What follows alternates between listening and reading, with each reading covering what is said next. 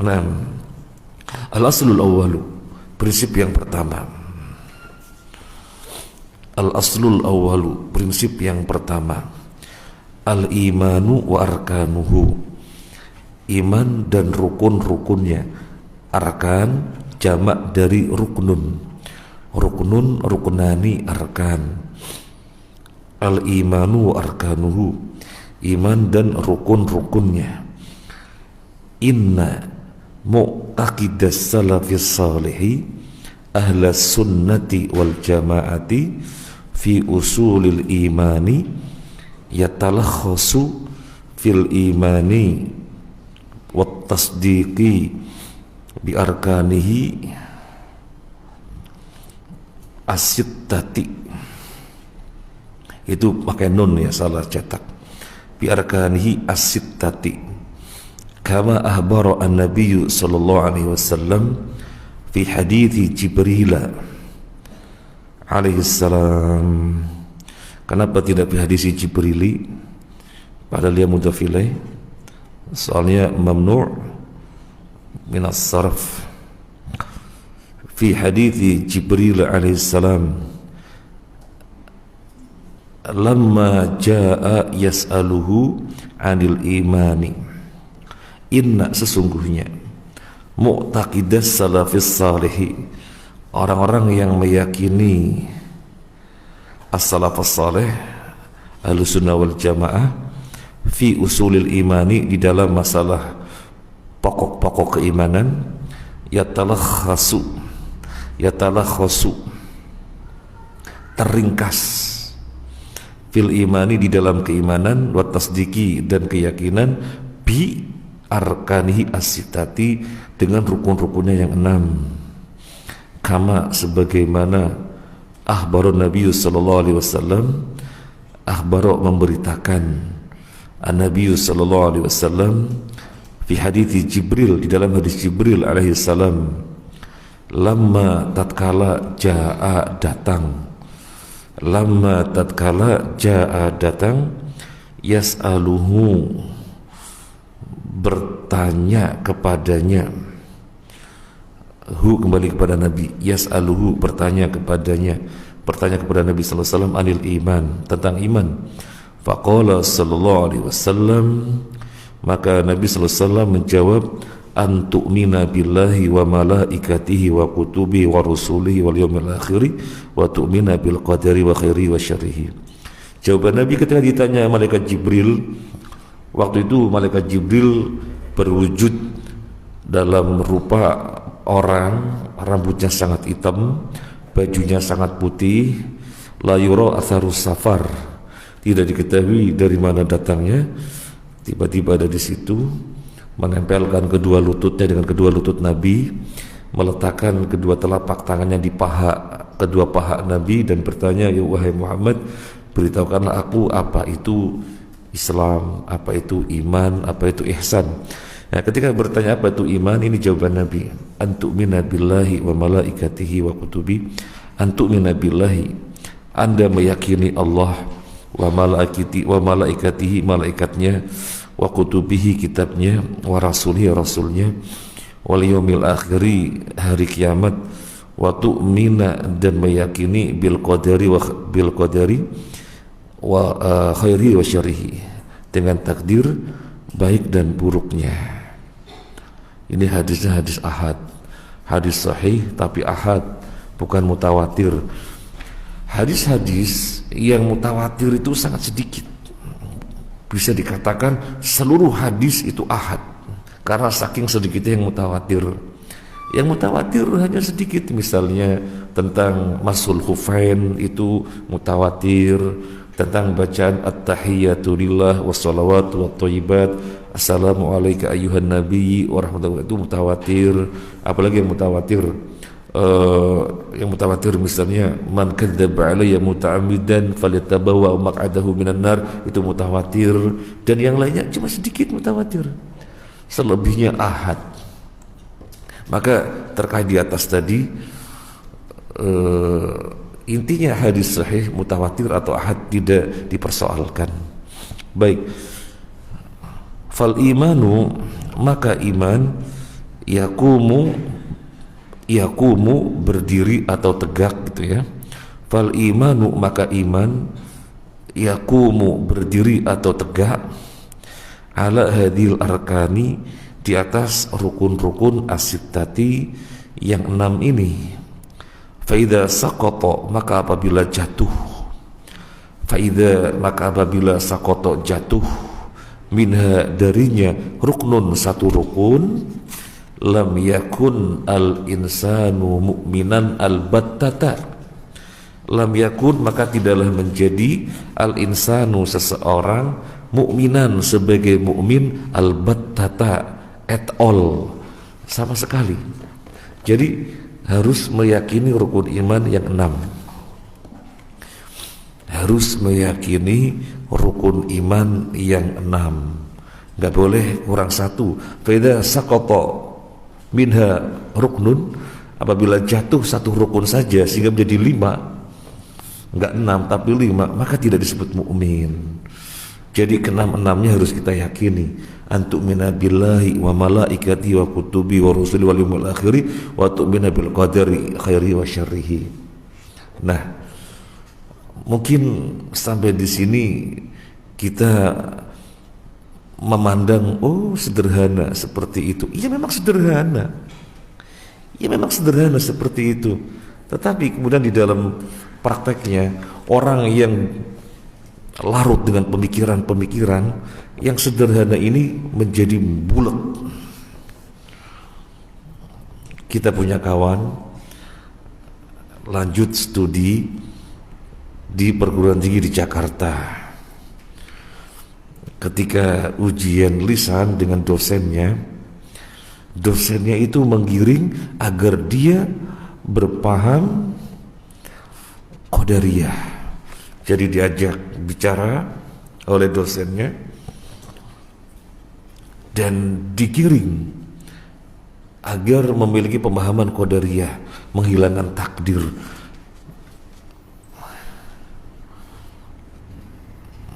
Dan memang orang tokoh Mu'tazilah yang sangat terkenal, yang tidak lain gurunya Nurholis Majid, namanya Harun Nasution. Mungkin antum-antum gak dapat bukunya ya, yang era-era sekarang kan gak dapat bukunya. Tapi zaman saya dulu masih dapat bukunya, di mana-mana bukunya Harun Nasution. Saya baca itu bukunya Harun Nasution. Harun Nasution kan yang mengkader lahir Nurholis Majid, yang mengkader lahir siapa-siapa waktu itu ya, kerjasama dengan Menteri Agama ketika itu, orang liberal. Nah, Harun Nasution mengatakan tentang masalah takdir, kurang lebihnya ya, saya nggak apal persisnya. Beriman kepada takdir hanya akan menjadikan manusia mundur terbelakang, karena dia tersandra dengan takdir. Baru sekarang saya bisa mengkonter itu ucapan. Kalau dulu bisa membenarkan, beriman kepada takdir, bahwasanya semuanya telah Allah tetapkan, ini yang menjadikan manusia kemudian tersandra, nggak bisa berbuat, nggak bisa mengembangkan, karena buat apa, semuanya sudah ditakdirkan. Ketika itu mungkin saya membenarkan, tapi ketika mempelajari dengan sebenarnya, bukan begitu pemahaman takdir. Tetapi teman-teman digiring agar mengimani rukun iman 5 saja, yang keenam iman pada takdir dibuang. Makanya hati-hati kalau mau mengkuliahkan putra-putri di perguruan tinggi, hati-hati. Kalau mau ngambil bidang agama, jangan sekali-kali di AIN, jangan sekali-kali. Kalau misalnya selain agama ya silakan saja gitu ya, mungkin teknik dan yang lainnya. Tapi kalau agama jangan sekali-kali, karena di sana sangat kuat sekali, sudah ditanamkan pondasinya oleh orang-orang Mu'tazilah yang dulu-dulu, dan pengaruhnya masih sampai sekarang. Ada Muqsid Ghazali, ada siapa namanya itu, Dalala siapa, oleh labsor dolala, apa siapa lagi itu, banyak itu, luar biasa. Jadi hati-hati. Yang berikutnya kita lanjutkan. Li'annahu faqada. Nah, kan kalau kita belum belajar nahwu atau sorof, orang bisa baca li'annahu faqad, dikiranya qad sungguh. Ini bukan qad sungguh, ini fi'il faqada. Li'annahu karena sesungguhnya dia faqada kehilangan ruknan, satu rukun min arkanil imani, dari rukun-rukun iman. Fal imanu maka iman la yakumu tidak berdiri atau tidak tegak illa kecuali ala arkanihi tammatan, kecuali di atas rukun-rukunnya secara sempurna. Ada berapa? Ada 6. Disebut iman kalau dia berdiri di atas rukun-rukunnya secara sempurna. Yang ada 6, gak boleh kurang 1, gak boleh kurang 1. Dari sini kita bisa memahami kenapa Abu Bakar As-Siddiq memerangi orang yang tidak mau zakat. Sungguh akan aku perangi orang yang pada zaman Nabi mengeluarkan zakat 1 kambing dan sekarang tidak mau mengeluarkan, sungguh akan aku perangi. Ketika Umar radhiyallahu an mengatakan, bukankah Nabi sallallahu alaihi wasallam mengatakan siapapun telah bersyahadat maka aman hartanya, darahnya. Kemudian Umar mengakui pemahaman Abu Bakar yang sedemikian dalam, bahwasanya zakat adalah salah satu rukun Islam. Ini bicara rukun Islam, maka nggak boleh jatuh dari yang 5 itu. Nah sekarang kita bicara rukun iman, 6-6-nya harus ada, nggak boleh hilang salah satunya. Nah, kama la yakumu al-bunyanu, kama sebagaimana la yakumu tidak berdiri, tidak tegak, al-bunyanu bangunan, illa kecuali ala arkanihi mutakammilatan, kecuali di atas rukun-rukunnya secara sempurna.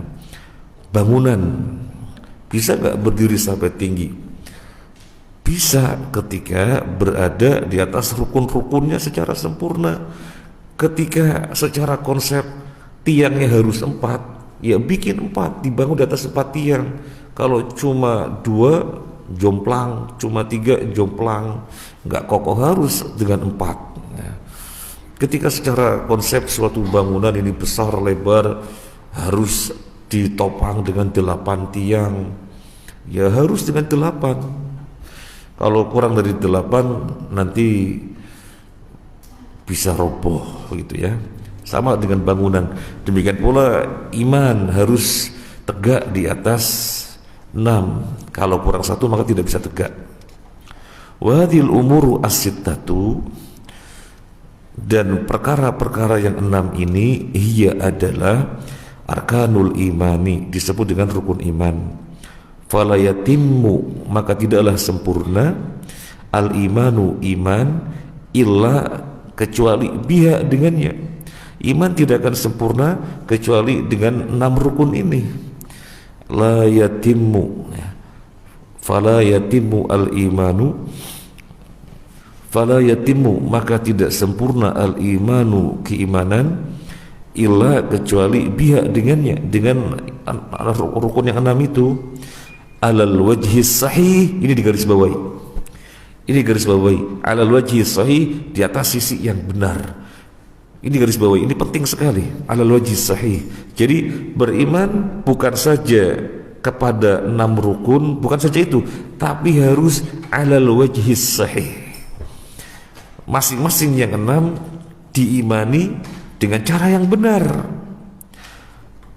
Alladzi yang dalla, menunjukkan alaihi kepadanya alkitab was sunnah, kitab dan sunnah. Waman jahada, barang siapa yang mengingkari. Waman jahada, barang siapa yang mengingkari syai'an sesuatu pun minha darinya falaisa bimu'minin maka bukan mukmin. Jadi di sini ada 2 poin. Yang pertama, 6-6-nya harus ada, nggak boleh kurang 1. Setelah 6-6-nya harus ada, yang kedua, apa poin yang kedua? Alal wajhis sahih. Yang kedua, alal wajhis sahih, di atas sisi yang benar. Ada orang beriman kepada Allah, iya beriman kepada Allah. Gimana beriman kepada Allah? Ya Allah yang menciptakan, Allah kasih rezeki. Jawabannya itu saja. Yo, itu baru rububiyah. Itu baru rububiyah.